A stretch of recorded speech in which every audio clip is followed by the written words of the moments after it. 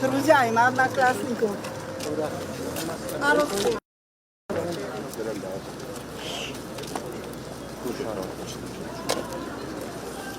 Vallahi şöbet varıyor.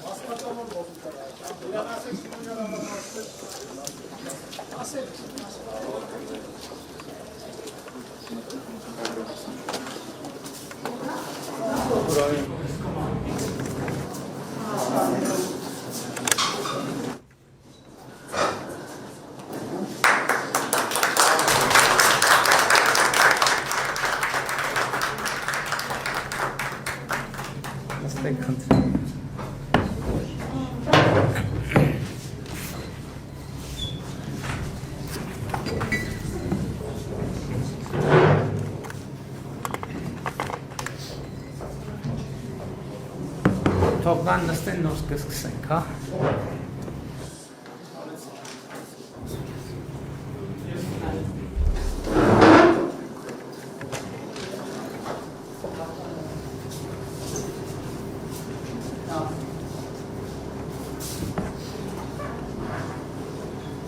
Ժորդ, համեցեք ստեղծեք։ Ժորջ, անանցեք նստեք։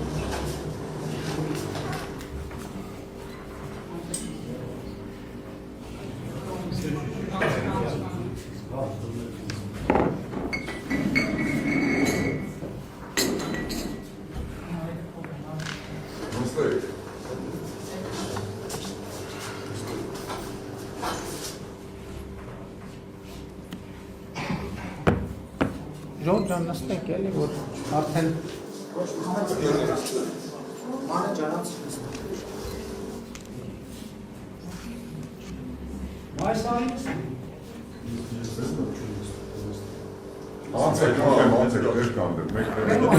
լավ, սիրելի համախոհներ, շատ ուրախ եմ այսօրվա մեր հանդիպման համար եւ նախ ուզում եմ շնորհակալություն հայտնել ձեզ, որ այս բոլոր փորձությունների միջով անցնելով մնում ենք հաստատական։ Դա շատ կարևոր է, որովհետեւ շատ խառը եւ խառնակ ժամանակներ են, երբ որ թացը չորին խառնվելու տրամաբանություն է գործում, եւ շատ կարևոր է, որ այս պայմաններում մենք մեր միասնությունը, հաստատակամությունը պահպանում ենք եւ ելի ուզում եմ ասել, որ դրա պատճառն այն է, որ մենք մեր հարաբերությունները կառուցված են արժեքների վրա, մեր հարաբերությունները կառուցված են ազգային եւ պետական նպատակների վրա, որովհետեւ եթե այդ հարաբերությունները այլ տրամաբանությամբ կառուցված լինեին, այս փորձությունները պարզապես չէին կարող անցնել։ Շատ կարևոր է արձանագրել հետեւյալը, որ մենք ինչ ենք ակնկալում։ Նախ մենք ինչ ենք մասնակցում ընտրություններին, որովհետեւ ուզում եմ հստակ ասել, որ եւ բոլորդ իմանաք, որ մենք այնպես չի, որ մեզ ուղված քննադատությունները, այսպես ասած, արտամղում ենք, որպեսզի, այսպես ասած, պատյանի մեջ փակվենք եւ այդ մեղադրանքներից պաշտպանվենք։ Բացարձակապես մենք այդ մեղադրանքները ընդունում ենք եւ փորձում ենք այդ մեղադրանքների հիմնավորումը լսել։ Թե ինչու՞ է այդ մեղադրանքի հիմնավորումը։ Եվ այդ մեղադրանքների հիմնավորումները եւ մենք ինքներս մեզ մեր գործողությունների տրամաբանությունը վերլուծելով եւ նաեւ հանրության արձագանքները լսելով եկել ենք այն եզրակացության, որ մենք Հայաստանի Հանրապետությունում պիտի շարունակենք հավակնել իշխանության։ Ինչու, որովհետեւ առաջինը նախ վերջին 3 տարվա ընթացքում մենք արել ենք ահռելի փոփոխություններ Հայաստանում։ Ընդհանուր զինված ուժերում մենք վերջին 3 տարվա մինչև 2020 թվականի սեպտեմբերի 27-ը արվել են այնպիսի ծավալուն, այնպիսի ծավալների փոփոխություններ, սկսած սպառազինության ձեռքբերումից, վերջացրած զինվորականների աշխատավարձերից, զինծառայողների սոցիալական երաշխիքներից, շարունակած սննդով, հագուստով եւ այլն եւ այսպես շարունակ։ Որ այդ փոփոխությունները, եթե նախորդ 30 տարվա ընթացքում այդ փոփոխությունների տեմպի 1/3-ը գոյություն ունենար, մենք 2020 թվականին կունենայինք բոլորովին ուրիշ վիճակ։ Մեր խնդիրները, գիտեք ինչ, մեր խնդիրները 2020 թվականին հասել են կուլմինացիայի։ Եվ այդ խնդիրները 2020 թվականի կուլմինացիային ոչ թե հասել են այն պատճառով, որ մենք ենք իշխանության, այլ պարզապես մեր իշխանության տարիների հետ է համընկել այդ խնդիրների կուլմինացիա։ Նույն Ղարաբաղի հարցում բազմիցս ասել եմ եւ ելի ուզում եմ կրկնել 2018 թվականի ապրիլի 17-ին Սերժ Սարգսյանը, որը վերջին 10 տարով, 12 տարում այդ պայծրության վերջի 10 տարում Ղարաբաղի հարցով զբաղվող թիվ 1 պաշտոնյան արել, 2 արձանագրում արել։ Ասելա, որ ընդ որում ինչ որ ասում եմ, դա հրապարակային կարող եք ցանկացածդ ինտերնետից գտնել։ Ասելա, որ բանակցությունները կանգնած են եւ լավատեսության հիմք չեն տալիս, եւ երկրորդը ասել է, որ այլևս չպետք է հույս ունենանք, թե Ադրբեջանը ուխտադրուժ ձևով չի փորձելու պատերազմի միջոցով լուծել Ղարաբաղի հարցը։ Այսինքն 2018 թվականի դրությամբ Ղարաբաղի հարցում մենք ունեցել ենք այս վիճակը, բանակցությունները ձախողված են նախապատերազմական իրադրությունը։ Եվ ընդ որում մենք ինչ ենք արել։ Բոլոր հնարավոր ձևերով առաջինը փորձել ենք բանակցային գործընթացը դուրս բերել փակուղուց, այսինքն ձախողված բանակցային գործընթացին որ կերպ վերակենդանացնել, առաջարկելով կառուցողական բանաձևեր, եւ երկրորդը արել ենք առավելագույնը, որպեսզի Հայաստանը մաքսիմալ պատրաստվի պատերազմին։ Բայց ըստ էության ստացվում է, որ 2020 թվականի սեպտեմբերի պատերազմին Ադրբեջանը պատրաստվում էր 16 տարի, իսկ Հայաստանը պատրաստվում էր 2 տարի։ Եվ սա ճշմարտություն է։ Եվ այս ճշմարտությունը բոլորի աչքի առաջ է եղել։ Եվ այսօր էլի եմ ասում, ուզում եմ կրկնել, որ մենք ամենևին մեղադրվողի դերում չենք կարող լինենք, մենք մեղադրողի դերում ենք, որովհետև այն ամենը ինչ որ արվեր վերջին դրա 1/3-ը տեմպը նկատի ունեմ, արվեր վերջին 30 տարում, մենք այլ վիճակ կունենայինք։ Նույնը Ղարաբաղի հարցի բանակցային գործընթացը անընդհատ ձախողվել է, անընդհատ։ Ու ձախողվել է ոնց, մեզ այսօր ասում են, մեղադրում են, ասում են, բանը Ղարաբաղի հարցում ասում է, դե ադրբեջանցիներին հույս չտվեցին, որ այն ինչ որ իրանք ուզում են ստանան, կստանան բանակցությունների եղանակով։ Դա մեջբերումա ձեզ հայտնի անձին։ Այսինքն ստացվում է, որ մարդիկ գնացել են։ Իսկ հարց, այդ բանակցային ողջ գործընթացի ընթացքում Ադրբեջանը հույս տվել է մեզ, որ Ղարաբաղի հարցը լուծվելու է, այնց ոնց որ հայ ժողովուրդը պատկերացնում է։ Ադրբեջանը շարունակաբար ասել է, որ ինքը Ղարաբաղը համարում է իր տարածք, որ 7 շրջանները պետք է վերադարձվեն իրեն, եւ եթե չվերադարձվեն, ինքը ռազմական ճանապարհով լուծելու է հարցը, եւ ինքը միլիարդավոր դոլարներ է դնում այդ բանակ զենգզինամթերք ձեռք բերելու համար։ Հայկական կողմի մի ժամանակ բանակցողը ասում է, դե պետք է ադրբեջանական կողմին հույս տալ, որ այն ինչ որ ինքը ուզում է ստանա, կստանա բանակցային եղանակով։ Ես ասացի ինքը ինչ էր ուզում ստանալ։ Շատ լավ։ Հիմա եղավ, որ Սերժ Սարգսյանն ու Ռոբերտ Քոչարյանը իրենց բանակցային տակտիկան եղել է հետևյալը։ Ադրբեջանին տալ հույս, որ այս ամեն ինչը ինքը բանակցային ճանապարհով կստանա։ Եվ ինչ այլոց ասեմ ձեզ, հասել են այդ նպատակին, որովհետև 2018 թվականի բանակցային իրավիճակում նույնիսկ այն, ինչ Սերժ Սարգսյանը համարում է ընդունելի, դա ըստ էության Ադրբեջանի հույսերի արդարացումն է, որ բանակցային ճանապարհով նա կստանա Ա. 7 շրջանները, Բ. Ղարաբաղը։ Եվ նրանից առաջ բանակցողն էլ ինքն է խոստովանում, որ տակտիկան եղել Ադրբեջանին հույս տալը, որ նա կստանա այն ինչ որ ուզում է, իսկ ինչ է ուզում Ադրբեջանը, այդ էլ ինտերնետը բացեք, վերջին 15 տարվա Ադրբեջանի հայտարարություն կարդացեք։ Հիմա հարց, թող ասեն իրանց ինչով է հույս տրվել։ Եթե բանակցային կողմը ասում է մենք պետք է դիմացինին հույս տանք, դրան բանական չի, որ դիմացինն էլ պետք է մեզ հույս տար, ինչի հույս է տվել մեզ Ադրբեջանը։ Ոչ մի բանի։ Մենակ մի բանի հույս է տվել, ասել է եթե միակ տարբերակը, որտեղ այս հույսի տրամաբանությունը կարել գործեր, այդ հետևյալն է, որ քննարկվել է, որ Մեղրին փոխանակենք Ղարաբաղի հետ։ 1990, այսինքն էտա հույսը։ Եվ ես կարծում եմ, որ այդ մարդիկ այս իրանց հայտարարությունների համար պետք է պատասխան տան։ Հանրության ասեն։ Լավ, իրանք գիտին չի հույս են տվել Ադրբեջանի բանակցությունների ընթացքում։ Ինչի հույս են տվել Ադրբեջանի։ Եվ Ադրբեջանը իրանց ինչի հույս է տվել։ Եվ դա պետք է ցույց տան հրապարակային հայտարարություններով եւ փաստաթղթերով։ Իրանց վարած 2018 թվականին ըստ էության չի եղել բանակցային կոմբինացիա, որը շատ թե քիչ ընդունելի համարելը հնարավոր է համարվել իմ կողմից։ Սա չեմ տեսել տենց տարբերակ։ Չի եղել։ Դա եղել է ժամանակին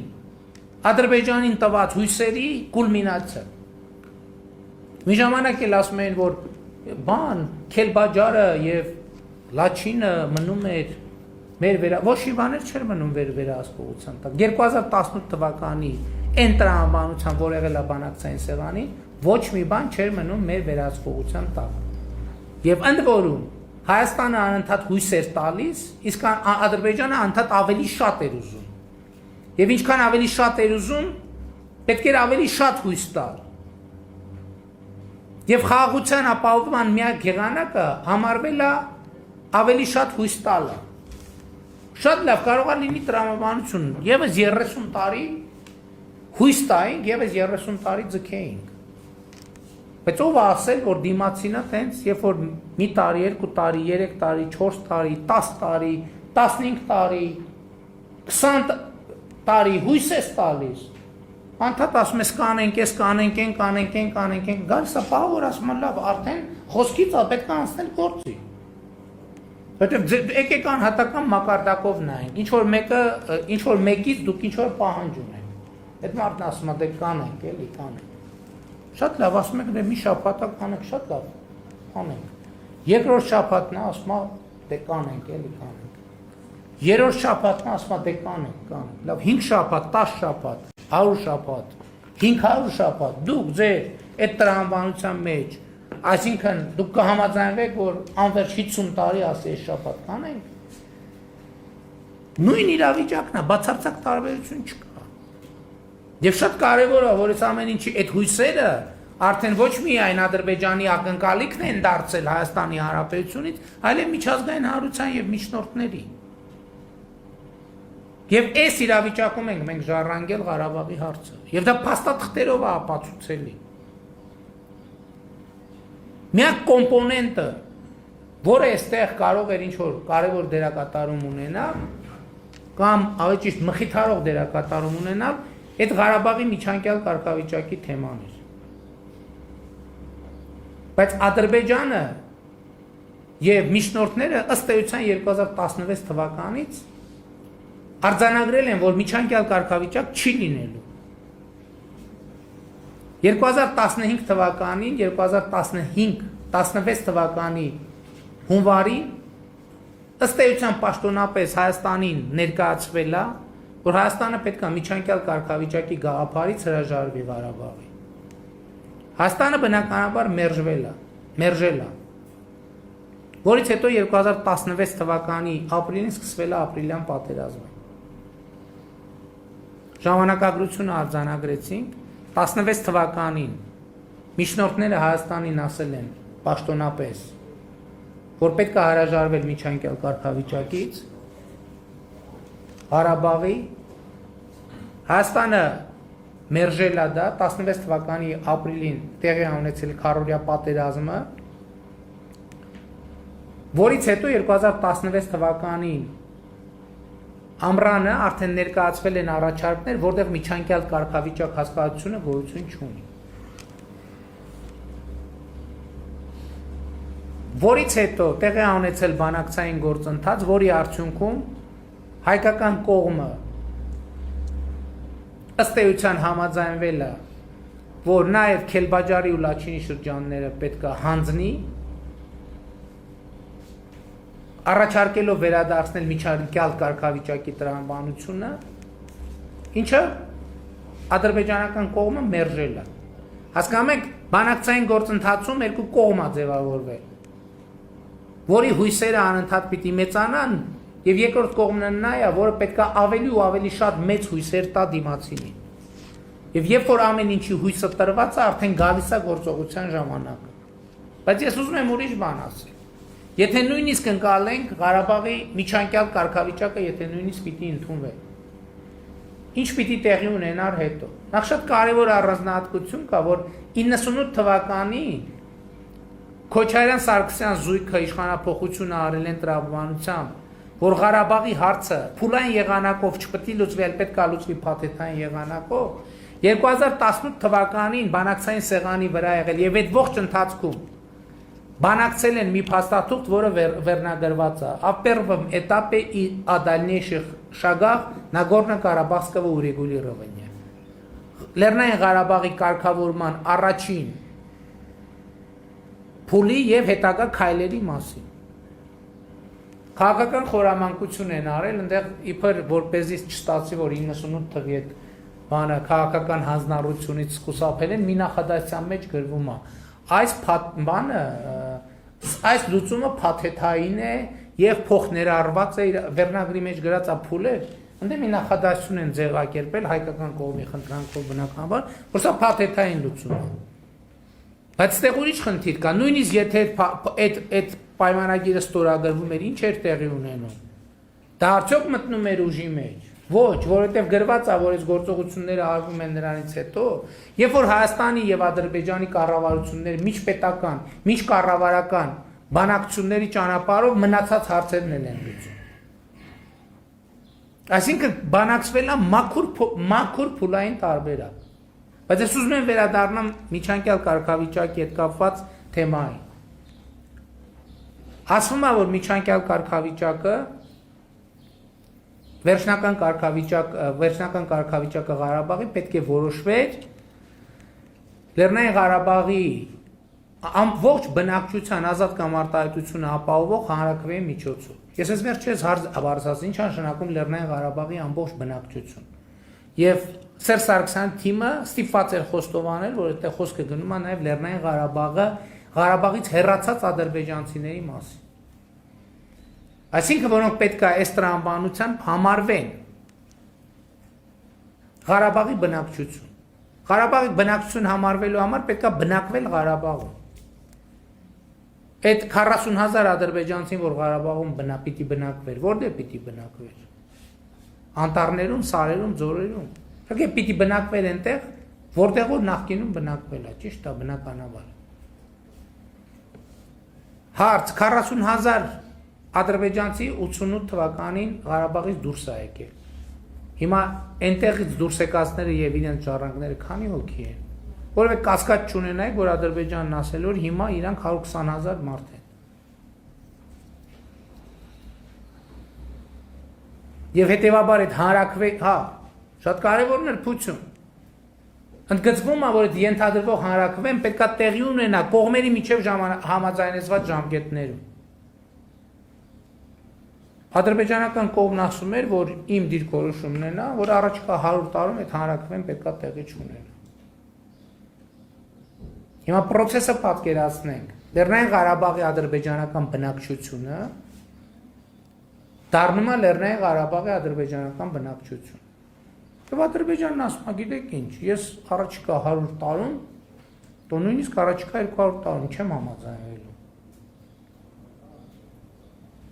Եվ ինքը երբ կհամաձայնվի այդ հանրաքվեն, երբ որ տեսնի, որ ադրբեջանական բնակչությունը Լեռնային Ղարաբաղի ավելի շատ է, քան հայկական բնակչությունը։ Բայց սա դեռ ամբողջը չի։ Այդ փաստաթղթում գրված է, որ տեղի է ունենում կողմերի միջև համաձայնեցված ժամկետներում հանրաքվե, ուշադրություն դարձեք, համաժողովրդական հանրաքվե, որը արտահայտում է Լեռնային Ղարաբաղի ամբողջ բնակչության ազատ կամ արտահայտում։ Ուշադրություն դարձեք, համաժողովրդական հանրաքվե, որը արտահայտում է բնակչության ազատ կամ արտահայտում։ Այսինքն կա ժողովուրդ եւ կա բնակչություն։ Բնակչությունը Լեռնային Ղարաբաղի բնակչությունն է, որը կազմված է ըստ Քոչարյան-Սարգսյան զույգի բանակցած եւ ընդունելի համարված տարբերակի, բնակչությունը կազմված է հայերից եւ ադրբեջանցիներից։ Բա համաժողովրդական հասկացության ժողովուրդը ո՞ր ժողովրդի մասին է խոսքը։ Եվ այստեղ է որ շատ սկզբունքային կարևոր բանն է տեղի ունենում։ Ադրբեջանն ասում է, որ իմ սահմանադրության համաձայն որևէ տարածքի, կարգավիճակի, որոշման հարցով հանրաքվե կարող է տեղի ունենա միայն ամբողջ Ադրբեջանի կազմում։ Եվ հետևաբար, էսա Քոչարյանի տված հույսերը, ոչ թե հույս, ես ասեցի իրանք բերել են պրոցեսը տարել են նենց, որ Ղարաբաղը, այդ հո ասելով չի, Ղարաբաղը չի կարող, ուրիշ գործով բան է, դատավարություն է, կաշառքի գործով, գալիս է իշնում ասում է Ղարաբաղը չի լինելու Ադրբեջանի կազմում։ Որտեվ գիտի, որ նենց ինքն ու Քոչարյանն են ժառանգություն են թողել, որ Ղարաբաղը իրանց թողած բովանդակության չի կարա չլինի Ադրբեջանի կազմում։ Ես ձեզ ամբողջ շղթան, այսքան մանրամասներով երևի ոչ մի անգամ չէի ներկայացրել։ Ես ձեզ բոլոր մանրամասներն այս ինչ որ ասում եմ թղթի վրա գրած է։ Թղթի վրա գրած է։ Եվ էսա ճշմարտությունը։ Եվ հետևաբար սկսած 98 թվականից Քոչարյան-Սարգսյան զույգը սկզբից Ղարաբաղին հույս է տվել, հետո երաշխիքներ է տվել, որ Ադրբեջանը ստանալու է այն ինչ որ ինքը ուզում է ստանալ։ Ես վերջերս հանրաքվեի եւ այդ բնակչություն ժողովուրդ, ես հույս ունեմ այս նրբությունները կա, ես ձեզ ասեմ, սահմանադրորեն միջազգային իրավունքի տեսակետից ժողովուրդը ամենաբարձր իրավա սուբյեկտն է։ Հիմա որ մեր սահմանադրությունը բացեք որևէ երկրի, այնտեղ գրված է, որ հայ ժողովուրդը հանդես է գալիս որպես պետության հիմնադիր, նախաբանում, եւ իշխանությունը պատկանում է ժողովրդին։ Բնակչությունն էլ է սուբյեկտ, բայց բնակչությունը ոչ թե պետական մակարդակի սուբյեկտ է, այլ կամ տեղական ինքնակառավարման մակարդակի սուբյեկտ, կամ էլ որոշակի ինքնավարության սուբյեկտ։ Սրանք շատ կարևոր նրբություններ են։ Եվ հետևաբար, այս բառապաշարը ընդունելով եւ այս բառապաշարի շուրջ 20 տարուց ավել բանակցելով իրանք տվել են այդ երաշխիքը։ Բայց ես սա խոսում եմ 2018 թվականի իրադրության մասին։ Բայց այդ իրադրությունը ունեցել է հանգրվաններ։ Այդ հանգրվաններից, եթե հետահայացով գնանք, հիշատակման արժանին որն է 1999 թվականի նոյեմբերի 30-ի ԵԱՀԿ Ստամբուլյան գագաթաժողովը, որտեղ Հայաստանը կողմ քվեարկեց մի բանաձևի, որտեղ ասվում է, ես այդ իմ մոտ պահել եմ, որովհետև կարևոր է։ Տեսեք ինչ է ասում։ Կոչվում է փաստաթուղթը Եվրոպայի անվտանգության խարտիա։ Ստամբուլյան գագաթաժողովը ընդունվել։ Մարդու իրավունքների ներառյալ ուշադրություն դարձրեք, խնդրում եմ։ Որտեղ գիտեք ինչի համար եմ ես ամեն ինչ ասում։ Որտեղ այսօր Հայաստանում կան բաներ, քաղաքական գործիչներ, նախկին իշխանավորներ, որոնց sense դեմքով խոսում են եւ ուզում են ցույց տալ, որ այս բաները, այս միտքը, բովանդակությունը հասարակ մահկանացուների բանին, մտքին հասու չի եւ այդ մենակ իրանք են, որ կարան հասկանան, թե ինչա գրած եւ մանիպուլացնեն։ Հիմա པարզ բան է գրած։ Խնդրում եմ իմ մեկնաբանությանը ընդհանրապես ուշադրություն մի դարձրեք։ Դուք ունեցեք ձեր մեկնաբանությունը։ Ես այս ինչ որ ասում եմ փաստեր։ Դուք մեկնաբանեք։ Իմ մեկնաբանության ուշադրություն մի դարձրեք։ Մեջբերում Խարտիայի մարդու իրավունքների ոլորտ բաժնի հոդված 19-ից։ Մարդու իրավունքների ներառյալ ազգային փոքրամասնություններին պատկանող անձանց իրավունքների նկատմամբ լիարժեք հարգանքը, բացի այն բանից, որ դա ինքնին նպատակ է, չպետք է խաթարի, այլ պիտի հակառակը ամրապնդի տարածքային ամբողջականությունը եւ ինքնիշխանությունը։ Ինքնավարության տարբեր հայացակարգերը, ինչպես նաեւ վերոհիշյալ փաստաթղթերում նշված այլ մոտեցումներ, որոնք համապատասխանում են ԵԱՀԿ սկզբունքներին, ազգային փոքրամասնությունների էթնիկ, լեզվական եւ կրոնական ինքնության պաշտպանության եւ խթանման միջոցներ են գոյություն ունեցող պետության ներսում։ Մեկնաբանեմ թե չմեկնաբանեմ։ Այսինքն իրանք ասում են, որ ազգային փոքրամասնության իրավունքների պաշտպանությունը կապ չունի այդ փոքրամասնության, այդ երկրից փոխվելու հետ, պետք է մնա այդ երկրի կազմում եւ պետք է իր ինքնությունը պաշտպանելու համար միջոցներ ձեռնարկվել։ Այս հանգրվանը սա պատահական հանգրվան չի։ Որովհետեւ սրանից առաջ եղել է Մեղրիի հարցը։ Այս կոնցեպտը, որ երբ որ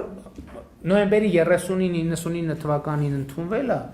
հո 99 թվականի նոյեմբերի 30-ին չի գրվել ու քվեարկվել։ Ես դες ասեմ, սենց փաստաթղթերը ամիսներ շրջանառվում են, մշակվում են, նույնիսկ դեպքերի մեծ մասում հենց միջոցառումից առաջ արդեն քվեարկությունը համաձայնեցված է լինում, որ ոչ թե վերջին պահին ձեռ են բարձրացնում, այլ արդեն հավաքվում են իմանալով, որ կոնսենսուս կա։ Սա այս երկու թեման, այս նյուանսն էլ եմ առաջի անգամ ասում, նախկինում երբեք չեմ ասել։ Հիմա պատկերացրեք 1999 թվականի նոյեմբերի 30-ին պաշտոնապես ընդունվել է, սա նշանակում է, որ 99 թվականի սեպտեմբեր-հոկտեմբերին այս փաստաթուղթը արդեն պետք է պատրաստ լիներ, նախագիծը վերջնական տեսքով։ Հիմա հարց, բայց այս փաստաթղթին երբ որ համաձայնություն էր տալիս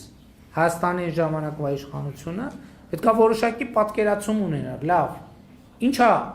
ոնց է պատկերացնում, պետք է գասի դե, քանի որ ես ընդունել ենք, Ղարաբաղը մնում Ադրբեջանի կազմում,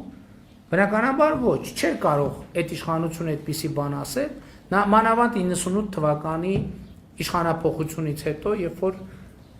հաղթական տրամաբանությամբ գալիս էին իշխանություն։ Եվ հետևաբար այս համատեքստում կոմպրոմիսը հնարավոր եղել է հետևյալը, որ տարածքների փոխանակման միջոցով լուծել Ղարաբաղի հարցը։ Երբ որ երկու երկիր համաձայնվում են, այս տարածքից, այս տարածքը քեզ։ Եվ այդ համատեքստում է, որ ձևավորվել է Մեղրին Ադրբեջանին փոխանակելու այդ փաստաթուղթը։ Եվ այդ փաստաթուղթը հիմա ես հույս ունեմ, դե որ մեջբերումներով եմ անում, այդ փաստաթուղթը ես որտեղ ունեմ։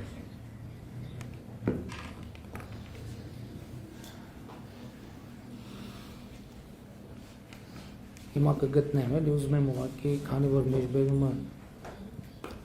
զորեղ է։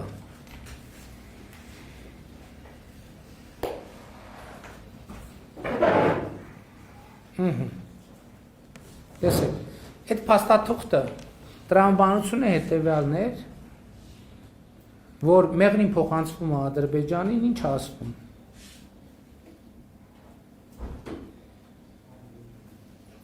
Սույն համաձայնագիրը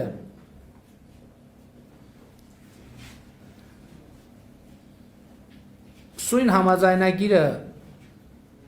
ուժի մեջ մտնելուց հետո մեջբերումը առաջին հոդվածից։ Նախկին Լեռնային Ղարաբաղի ինքնավար մարզի տարածքը, ստորագետ, Շուշիի շրջանն ու Լաչինի շրջանը, փակագծերում 1988 թվականի եղած սահմաններում, ինչպես նաև հավելվածում նշվածը փոխանցվում են Հայաստանի Հանրապետությանը։ Սույն համաձայնագրի ուժի մեջ մտնելուց հետո Մեղրիի շրջանը 1988 թվականի եղած սահմաններում, ինչպես նշված է հավելվածում, փոխանցվում է Ադրբեջանի Հանրապետությանը։ Համաձայնագիրն ուժի մեջ մտնելուց անմիջապես հետո Հայաստանը սկսում է իրականացնել իր զինված ուժերի դուրսբերումը ադրբեջանական բոլոր գրավյալ տարածքներից, ներառյալ Աղդամի, Ֆիզուլի, Ջեբրայելի, Կուբատլիի, Շահումյանի, Քելվաջարի, Զանգելանի եւ Ղազախի շրջանները։ Այս են գյուղերի թեմանա, որի մասին խոսում են։ Զինուժի դուրսբերումը պետք է ավարտվի սույն համաձայնագրի ուժի մեջ մտնելուց հետո 60 օրվա ընթացքում։ Հետո ինչ է ասում։ Սույն համաձայնագիր ուժի մեջ մտնելուց անմիջապես հետո սկսվում է Մեղրիի շրջանի բնակչության եւ ներկայումս Աղդամի, Ֆիզուլի, Քելբաջարի, Կուբատլի, Զանգելանի, Ջեբրայելի, Շահումյանի շրջաններում բնակվող հայերի անվտանգ եւ կամավոր տեղափոխումը Հայաստանի Հանրապետության տարածք։ Այդ տեղափոխությունը պետք է ավարտվի սույն համաձայնագիրը ուժի մեջ մտնելուց հետո 60 օրվա ընթացքում։ Հիմա քանի որ այս փաստաթուղթը արդեն սեպտեմբերին պարզ էր, որ Ղարաբաղի հարցը այսպես ասած ինքնորոշման տրամաբանությամբ լուծվելու ճանապարհը փակվում է եւ այդ փաստաթղթին Հայաստանի ղեկավարը կողմ է քվեարկում, ի հայտ է գալիս այս գաղափարը, որ Մեղրին տանք Ղարաբաղը վերցնենք եւ 1999 թվականին տեղի ունենում անվտանգության խորհրդի սեպտեմբերին կամ հոկտեմբերին կամ օգոստոսին տեղի ունենում անվտանգության խորհրդի նիստը, որտեղ այս հարցը դրվում է քննարկման Ռոբերտ Քոչարյանի կողմից հղում Ռիմա Դեմիրճյանի հուշերի գիրքը եւ Վաղար Շաքարությունյանը այն ժամանակ եղել է պաշտպանության նախարար եւ քննարկմանը դրվում այս տարբերակը եւ Վազգեն Սարգսյանը եւ Կարեն Դեմիրճյանը բնականաբար դեմ են արտահայտվում։ Ինչի բնականաբար, որովհետեւ սա ոչ միայն մենք մի շրջան ենք կորցնում այս տրամաբանության մեջ, այլև Իրան Իսլամական Հանրապետության մեր բաց սահմաններից երկու սահմաններից մեկը կորցնում ենք։ Եվ որից հետո Վազգեն Սարգսյանը գնում է Մեղրիի ելույթ է ունենում, մարդիկ չգիտեն ինչի մասին է, բայց ենթատեքստ այս փաստաթղթի դեմ, որից հետո տեղի է ունենում հոկտեմբերի 27-ը եւ Կարեն Դեմիրճյանը եւ Վազգեն Սարգսյանը սպանվում են։ Բայց հիմա այս տրամաբանության մեջ ի՞նչն է կարեւոր։ Այդ ժամանակ որ ասում են Շուշիի հարց չի եղել, Շուշիի հարց չի եղել։ Դուք ուշադրություն դարձրիք ձևակերպմանը։ Ասում է, որ Լեռնային Ղարաբաղի նախկին Լեռնային Ղարաբաղի ինքնավար մարզի տարածքը ստորակետ Շուշիի շրջանն ու Լաչինի շրջանը, այսինքն ինչ է այս ձևակերպում նշանակում, որ այս ձևակերպումը նշանակում է, որ Շուշիի շրջանը Լեռնային Ղարաբաղի ինքնավար մարզի տարածքում չի, եւ նա դուրս է բերված Լեռնային Ղարաբաղի ինքնավար մարզի տարածքից, եւ կպցրած է, ասում է Շուշիի շրջանն ու Լաչինի շրջանը, այսինքն Շուշիի շրջանն ու Լաչինի շրջանը նույն կարգավիճակն ունեն, որը Վարդան Օսկանյանը, Ռոբերտ Քոչարյանի արտաքին գործերի նախարարը անվանում էր օկուպացված տարածքներ։ Ես ինչի եմ ասում, որովհետև այնպիսի տպավորություն էր ստեղծվում, որ Շուշի հարց, ինչ Շուշի հարց չի եղել երբեք, այս ապիկար իշխանությունն է եկել, դավաճան իշխանությունն է եկել, թրքասեր իշխանությունն է եկել մտցրել այդ հարցը օրակարգ։ Եթե թրքասիրության չափանիշը սա է, որ թրքասերը դուք եք։ Եթե դավաճանության չափանիշը սա է, դավաճանը դուք եք։ Այսօր մեզ ասում են Մեղրին տալիս են, ով է տալիս, ում է տալիս, երբ է տալիս։ Մեղրի տվողը դուք եք եղել։ Եվ Վազգեն Սարգսյանն ու Կարեն Դեմիրճյանն իրենց կյանքի գնով Մեղրին փրկել են։ Ձեզանից են փրկել։ Երկրորդը ասում են, չի եղել էս ինչ թեմաներ են բերում այս դավադիր, թրքատյատ իշխանությունը։ Ուշադրություն դարձրիք, ասում է վերադարձվում են Քելբաջարի, Զանգելանի եւ Ղազախի շրջան, ինչ Ղազախի շրջան, ժողովուրդ ջան։ 99 թվականին, ինչ Ղազախի շրջան։ 99 թվականի փաստաթղթի մեջ ինչի է գրած Ղազախի շրջան։ Տպավորություն են ստեղծում, ասում են, այս թրքասեր իշխանությունը, այս թուրք իշխանությունը, այս դավաճան իշխանությունը, այս կապիտուլյանտ իշխանությունը, այս հողատու իշխանությունը, եկել է Ղազախի շրջանի գյուղերի հարց է բերում օրակարգ։ Այդ հարցը դուք եք բերել օրակարգ։ Եթե սա թուրքասիրության նշանն է, ուրեմն թրքասերը դուք եք։ Ռոբերտ Քոչարյան եւ Սերժ Սարգսյան։ Եվ ձեր բանը Սվիտան։ Հո գոռալով չի։ Եթե գոռալով այնքան գոռանք թուրք թրքասեր, բանը լինեք։ Եթե դե չափերը միացեք, արդ մենք չենք թուրքերի հետ նստեք երեխմե վեր կացեք, բան խոնարվել, կարիերա արել, բան արել, իրար տուն գնացել եկել, հաց կիսել, հաց դրել։ Էй ձեռեք արել ձեզ արա вообще։ Հայաստանի 90%-ը դες եկել ասում թուրք, հիմա դուք եկել եք մեզ եք ասում թուրք, բայց ես ասեմ, որ ես դեմ եմ ազգային թշնամանքի հրահարմանը։ Սա է ճշմարտությունը։ Սա է ճշմարտությունը, ժողովուրդ, եւ այո, մենք նաեւ սրա համար ենք այս նախընտրական քարոզարշավին մասնակցում։ Որտե մեր ամենամեծ առաքելությունը ձեզ հետ ճշմարտության լեզվով խոսելն է։ Այո, խոստովանում եմ, պատերազմի ընթացքում ես չեմ կարողացել ձեզ հետ խոսել ճշմարտության լեզվով։ Որտե մի իրավիճակում, երբ որ դաշտում ամեն վարքյան բան է փոխվում, եւ ամեն ոչ ճիշտ ասված խոսք կարա դիտարկվի որպես խոճապի տարածում, զինվորականները գիտեն թե թիկունքում հնչած ամեն նախադասությունը ինչ ազդեցություն է անում դաշտի վրա։ Բա պետք է ասեն մեջքից հարված հասցրիկ բանին, մեր բանակին, խոճապ տարածեցի։ Այո, չեն կարողացել խոսել ճշմարտության լեզվով, սենց բաց խոսել։ Որտե բանակցությունների process-ի մասին բաց խոսել է նշանակում ընդհանրապես ամեն ինչ ձախողել։ Այո, եղել է շրջան, որ չեն կարողացել, ոչ թե չենք ուզեցել, այլ չենք կարողացել։ Բայց այսօր եկել ենք նաև որ այս ճշմարտությունը իմանանք։ Եվ մեզ շատ են մեղադրում, ճիշտ են անում երևի։ Ասում են ինչի դրանք չեք դատել միջև հիմա։ Ճիշտ են։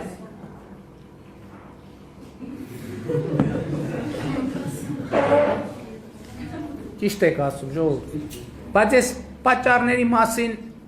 խոսել եմ, էլի խոսեմ, բայց ուրիշ բան եմ ասում։ Մենք չենք դատել, ղալաթ ենք արել, չենք դատել։ Դուք Հայաստանի Հանրապետության քաղաքացիները հնարավորություն ունեք դատեք 2020 թվականի հունիսի 20-ին։ Հա, 2020 ես ասի ընտրությունների օրը փոխել եմ 2021 թվականի հունիսի 20-ին։ Մենք չենք դատել, ժողովուրդ ջան, դուք դատեք։ Այդ քոչարյանասերժական կլանը եւ նրանց սատարող ուժերը միձայն պետքա չստան, դատեք դե։ Մեզ էլ դատեք, ժողովուրդ։ Դուք խոսում եք դատելու մասին, արդարության մասին, արդարադատության մասին, դատի օրը հասել է։ Այո կներեք, եթե ուզում եք ուղիղ լսել, այս ընտրությունները Փաշինյանի, Քոչարյանի, Սարգսյանի, Տեր-Պետրոսյանի դատի օրն է։ Եկել մենք բոլորս կանգնած ենք ձեր առաջ։ Արեք ձեզ արդար դատը 2021 թվականի հունիսի 20-ին։ Ինչ վճիռ կկայացնեք, ես եւ մնացած բոլորը երաշխավորում եմ, կհնազանդվեն ձեր վճռին։ Իսկ երբ որ մենք արդար դատեք, այո, մենք դատաիրավական համակարգում այնպիսի բարեփոխումներ ենք արել, որոնք մենք կրթության ոլորտում էլ ժողովուրդ, եթե մենք իրոք ուզում ենք, որ խորքային բարեփոխում անենք եւ ոչ թե ջուծուկշի անենք, դա պետք է խորքային բովանդակություն ունենա։ Մենք հիմա կրթության ոլորտում հա ինչ որ բաներ արել ենք, հիմա է որ ես տեսնում եմ, որ մենք եկել ենք կրթության ոլորտի բարեփոխումները ամբողջ ծավալով մեկնարկել ենք։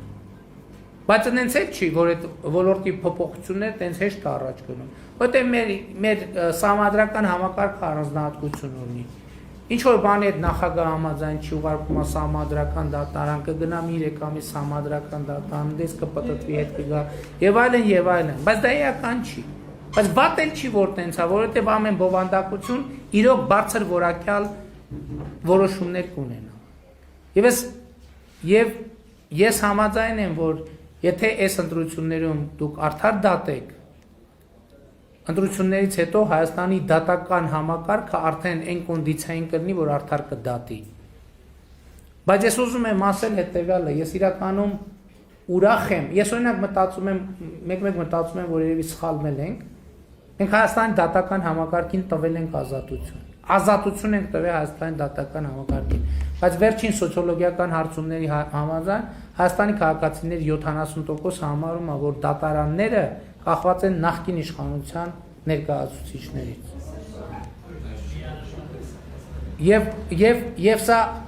Եվ սա գնահատական է մեր դատական համակարգի, եւ դատական համակարգը պետք է հետեւություն անի։ Ես չեմ ասում, որ այդ կարծիքը 100%-ով ճշմարտություն է, բայց մենք պետք է դատական համակարգը հաստ է ինքը իրար, բայց ինչի՞ մարդիկ սենց մտածում։ Մենք տվել ենք ազատություն։ Ես մտածում եմ, որ ժամանակի մենք տենց արագ պիտի չտայինք ազատություն, այլ սկսեինք կամած, բայց գիտեք ինչ, գայթակղությունը մեծ է, երբ որ մենք այդ լծակները պահենք մեր ձեռքը, չէ, ախր դա չի լինի անկախ դատական համակարգ է, բայց անկախության շնորհիվ ճիշտ է, մենք չենք դատել մի շարք մարդկանց, որոնց դուք գիտեք, բայց մենք չենք դատել հազարավոր մարդկանց, որոնց դուք չգիտեք։ Որտեղ մեր փոփոխությունների նպատակը շարքային մարդն է, այսօր Հայաստանի Հանրապետության բանտերում Երրորդ Հանրապետության պատմության ամենաքիչ թվով կալանավորը կա։ Հայաստանի պատմության մեջ երբեք այսքան քիչ կալանավոր չի եղել։ Մեր բանտերը կիսադատարկ են ժողովուրդ։ Ժամանակին հերթով էին քնում, բայց մարդիկ են, չէ՞ կոնկրետ։ Մարդիկ են, ընտանիք ունեն, չէ, երեխեք ունեն, չէ։ Մենք հազարավոր երեխաների իրանց հայրիկներին ենք վերադարձրել։ Այսօր հազարավոր երեխաների հայրեր իրանց երեխեքի գլխին են։ Բայց սա կարևոր չի։ Դրա շնորհիվ է, որ դատական համակարգը ստացել է ազատություն, մեկնակ ձուկ ուղացողին տանում էին, տարիներով բանտում էին պահում։ Հələ ապացուցված ով էր նայում, ինչ ապացույց կա, բան ասված է, ով էր Հայաստանի դատարաններում դեպքերի 70-80 եւ ավելի, ով էր ապացույց նայում, ապացույց կա թե չկա։ Վերևից զանգում ասում են, սրան պետք է դատեք։ Արդեն գրում էին, ստեղծում էին, հորինում էին ապա։ Այսօր դատական համակարգը վերցնում է ապացույց է նայում, հիմնավորվածություն է նայում, արդարացվածություն է նայում, բայց դրա արդյունքում հազարավոր մարդիկ ազատության մեջ են։ Հազարավոր հայրեր իրանց երեխեքի մոտ են, իրանց ընտանիքներում, իրանց ծնողների, իրանց կանանց կողքին են, բայց սա արդյունք չի։ Սա կարևոր արդյունք է, եւ սա մեր ուզած Հայաստանն է։ Ես էլ եմ ասում, 2018 թվականին, երբ որ ես վարչապետ եմ ընտրվել, իմ ստացած նամակների 80%-ը եղել է նրա մասին, որ հարազատս բան չի արել բանտում։ Ես արդեն մի տարի կլինի չեմ հիշում, որ այդ թեմայով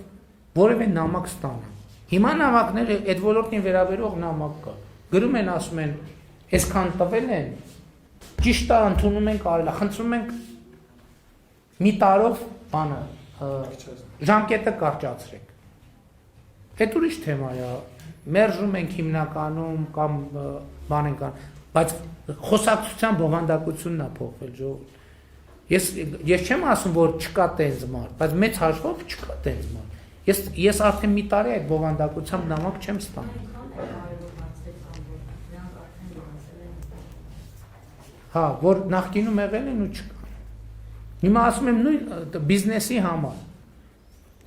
Այն ժամանակ ես որ պատգամավոր էի, որ լրագրող էի, ամեն ամիս մամուլի ամսվա վերջին երամսյակի մոտենում էր, մամուլը հեղեղվում էր, որ այս մանր գործարարն է բողոքում, որ Իրանից գերավճար են ուզում, էս են ուզում, են ուզում, հարկային ավել փող ուզում, երբ եք վերջին անգամ տենց բան լսել։ Հա, հիմա կա, որ ՀԴՄ-ի համար տուգանում են։ Կա։ Բայց պետք է մենք հարկ վճարելու մեր կուլտուրան էլ փոխել, որովհետև հարկը դա մեր ճանապարհն է, մեր դպրոցն է, մեր հիվանդանոցն է, մեր բանակն է, մեր զինվորն է։ Այն ժամանակ, երբ որ ես ոչ էի կարա օրու մեջ ասել ժողովուրդ պատերազմ ալնելու, օրու մեջ ասում էի ՀԴՄ չխփողը զինվորի հացից է գողանում։ Զինվորի մասին է խոսում անընդհատ, չէ խոսում ուսուցչի մասին, չէ խոսում հիվանդի մասին, հիվանդանոցում, խոսում է զինվորի մասին։ Հարկը մեր կյանքի կազմակերպումն է։ Եվ այս ամեն ինչը ինչի համար եմ ասում։ Ասում եմ հետևյալի համար, մենք չենք եկել անցյալից խոսանք, մենք եկել ենք ապագայից խոսանք։ Մենք եկել ենք ասել, որ մեր երկիրը ապագա ունի։ Ապագա կա, բայց այդ ապագան պետք է մենք իրար հետ ստեղծենք։ Բոլորս, այո, ապագան սկսում այդ ՀԴՄ կտրոնը խփում ենք, թե չենք խփում։ Ապագան սկսում է նրանից մենք մեր այսօրվա երեխաներին կրթության իրավունքը ապահովում ենք, թե չէ, որովհետև լավ կրթված երեխային մենք նրա բարեկեցությունը 100%-ով չենք ապահովում, բայց երաշխավորում ենք, որ նա աղքատ չի լինի։ Հմտություն, մասնագիտություն։ Եվ մենք գնում ենք այս ճանապարհով, եւ հսկայական գործ է արվել, ահռելի փոփոխություններ ա արվել։ Եվ հասկանալու համար խնդրի էությունը էլի ուզում եմ մեջբերել հետեւյալը։ Այսօրվա վատ վիճակագրությունը դա է, որ 2019 թվականին արված հետազոտության արդյունքներում մինչև 10 տարեկան երեխաների 35%-ը չի տիրապետում ընթերցանության կանոններին։ 1000 երեխայից 10 տարեկան 350-ը կարդալ չգիտի Հայաստանի Հանրապետություն ժողովուրդ։ Եվ սա գնահատական է մեզ բոլորից, մեր 30 տարվա պետությանը, որ խորհրդային միության տարիներին մենք անգրագիտությունը այդ լիք կայաններով բանով վերացրել էինք, չկար տենց պրոբլեմ, գործնականում իրոք չկար սովետական միությունում, ասենք գրագիտության պրոբլեմ։ Փաստորեն անկախության 27 տարվա արդյունքում մենք Հայաստանում անգրագիտության խնդիրը կրկին առաջ։ Սա հələ մինչև 10 տարեկան երեխաներն են։ 2010-19 թվի դրությամբ 35%, սա խայտարակ թիվ է։ Եվ մենք պետք է այս հարցը լուծենք։ Եվ մենք պետք է դրա համար պետք է լինի Հայաստանում իշխանություն, որը օրգանական կապ ունի ժողովրդի հետ։ Եվ այո, մենք այդպիսի իշխանություն ենք եւ ձեր Հայաստանի քաղաքացիների վստահության քվեն ենք ակնկալում, բայց որպեսզի ոմանք այս խառնակ ժամանակներից ավելի չօգտվեն, մենք շատ պարզ ուզում ենք ասենք, անհրաժեշտ է, որ քաղաքացիական պայմանագիր կուսակցությունը հունիսի 20-ին ստանա ընտրողների 60%-ը, ձայների 60%-ը։ Եվ ձեզնից յուրաքանչյուրի ձայնը կարևոր է։ Եվ սրանով դուք այո եք ասում ապագային, սրանով այո եք ասում անվտանգությանը, սրանով այո եք ասում կայունությանը Հայաստանի Հանրապետության։ Եվ ես հույս ունեմ եւ նաեւ համոզմունք ունեմ, որ մեր ժողովուրդը հենց այսպես էլ վարվելու է։ Շնորհակալ եմ բոլորիդ։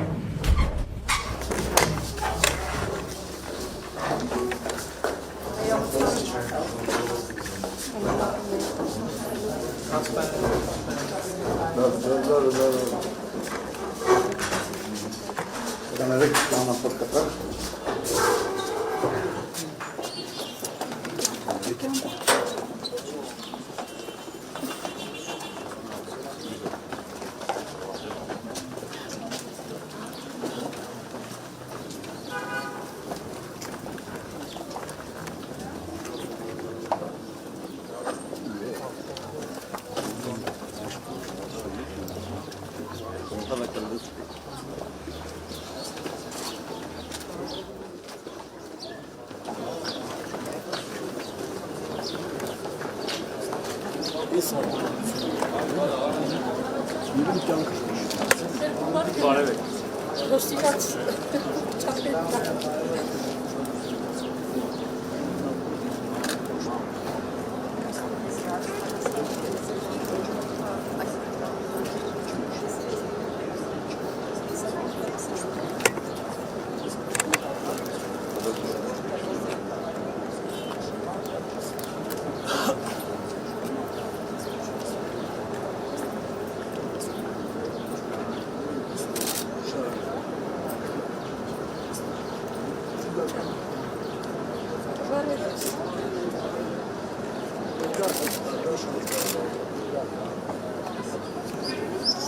Որտե՞ղ եք։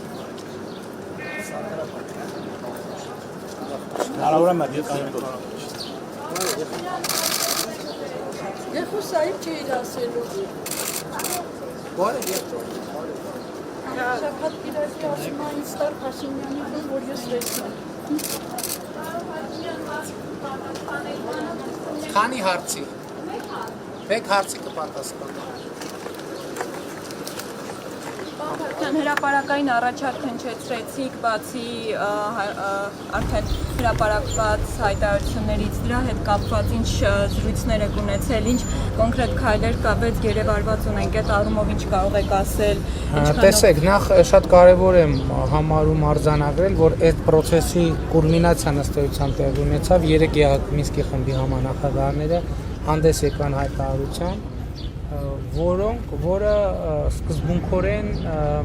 ընդունելի է մեզ համար եւ ես ողջունել եմ այդ հայտարարությանը եւ ասել եմ եւ ասացի, չգիտեմ հետեւել եք թե չէ,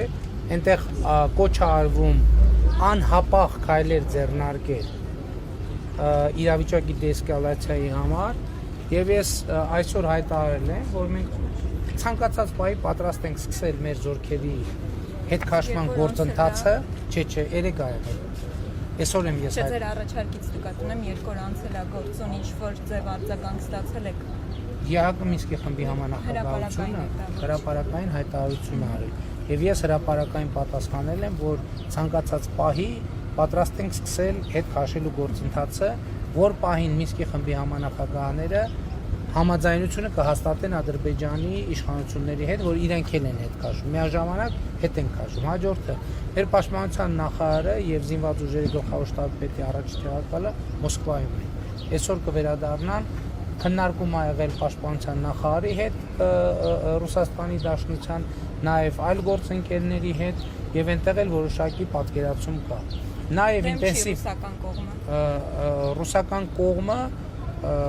ես ասացի արդեն, որ եթե ԵԱՀԿ Մինսկի խմբի համանախագահությունը Ռուսաստանի, Ամերիկայի եւ Ֆրանսիայի ներկայացուցիչներն են։ Հայտարարությունը ընդունվում է 3-ի կողմից։ Եթե դա առաջարկվող բանաձև, իսկ դա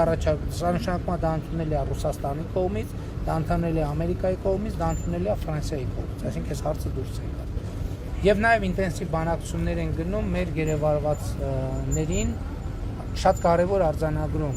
որ ԵԱՀԿ Մինսկի խմբի համանախագահների հայտարարության մեջ արձանագրված է բոլոր գերիներին վերադարձնելու անհրաժեշտություն։ Սա է։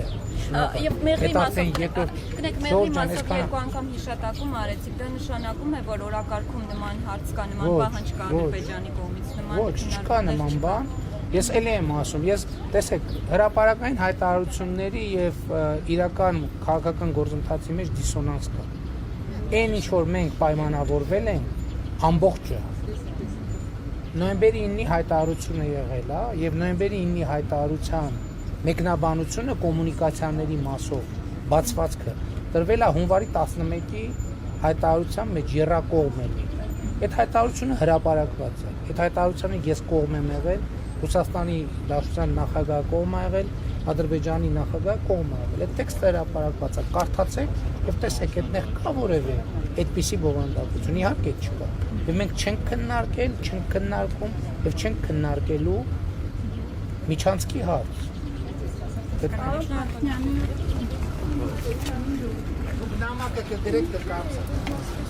Լավ եղեք, ժողովուրդ ջան։